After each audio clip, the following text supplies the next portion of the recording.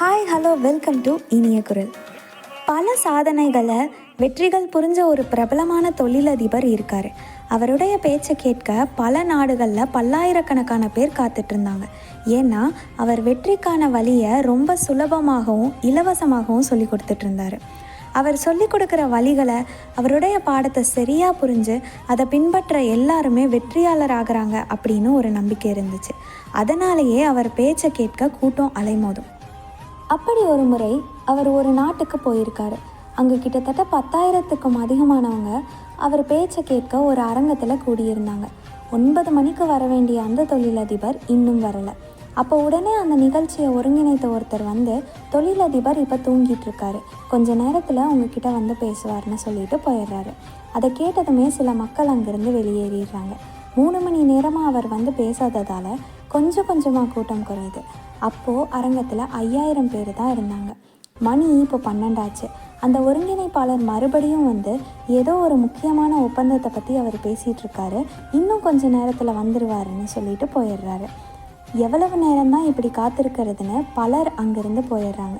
கடைசியாக 4 மணிக்கு மது போதையில் தள்ளாடிட்டு நடந்து வர்றாரு அந்த தொழிலதிபர். அதை பார்த்து இதுக்காகவா இங்கே வந்தோம் அப்படின்னு கோபத்தில் பல பேர் அங்கேருந்து போயிடுறாங்க. கடைசியாக அந்த அரங்கத்தில் 10 பேர் தான் இருந்தாங்க. அந்த 10 பேர்கிட்ட தான் தொழிலதிபர் பேசினார். நான் உங்களையும் உங்கள் நேரத்தையும் மதிக்கிறேன், ஆனால் காலையிலேருந்து உங்களை காத்திருக்க வச்சது, இப்போ மது போதையில் இருக்கிறது போல் நடித்தது எல்லாமே வெற்றிக்கான முதல் மற்றும் முக்கியமான பாடத்தை கற்றுக் கொடுக்க தான் அப்படின்னு சொல்கிறாரு. அங்கே இருந்த 10 பேர்த்துக்குமே குழப்பமாக இருந்துச்சு.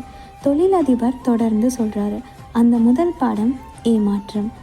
எல்லாருக்குமே வெற்றியை சுலபமாக அடையணும்னு ஆசை இருக்குது, அதுக்கு முயற்சியும் எடுக்கிறாங்க.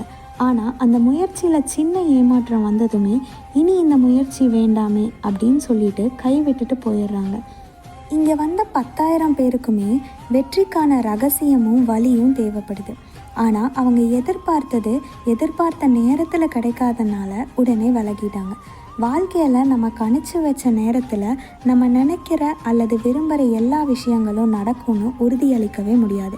ஏமாற்றங்கள் நிச்சயமாக இருக்கும், ஆனால் அதையும் தாண்டி கடந்து அடுத்த முயற்சி எடுக்கிறவங்க மட்டும்தான் வெற்றி அடைகிறாங்க. அதனால் நீங்கள் உங்கள் வாழ்க்கையிலையும் எடுத்திருக்க இலக்குகள்லையும் வெற்றி அடையணும்னா ஏமாற்றங்களை கடந்து போக கற்றுக்கோங்க. இதுதான் உங்களுக்கான முதல் பாடம் அப்படின்னு தொழிலதிபர் சொன்னார். நினைப்பதெல்லாம் நடந்துவிட்டால் தெய்வம் ஏதும் இல்லை, நடந்ததையே நினைத்திருந்தால் அமைதி என்றும் இல்லைன்னு அழகாக கண்ணதாசன் சொல்லியிருக்காரு. நினைப்பதெல்லாம் நடக்காது தான், அதுக்குன்னு நடக்கலையேன்னு மட்டுமே நினச்சிட்டு இருந்தால் மன அமைதியும் நிம்மதியும் கெட்டு போயிடும். Think about it. இந்த வீடியோ பிடிச்சிருந்தா லைக் பண்ணுங்கள், ஷேர் பண்ணுங்கள், கமெண்ட் பண்ணுங்கள், அண்ட் மறக்காமல் இனிய குரலுக்கு சப்ஸ்கிரைப் பண்ணுங்கள். தேங்க்யூ ஃபார் வாட்சிங்.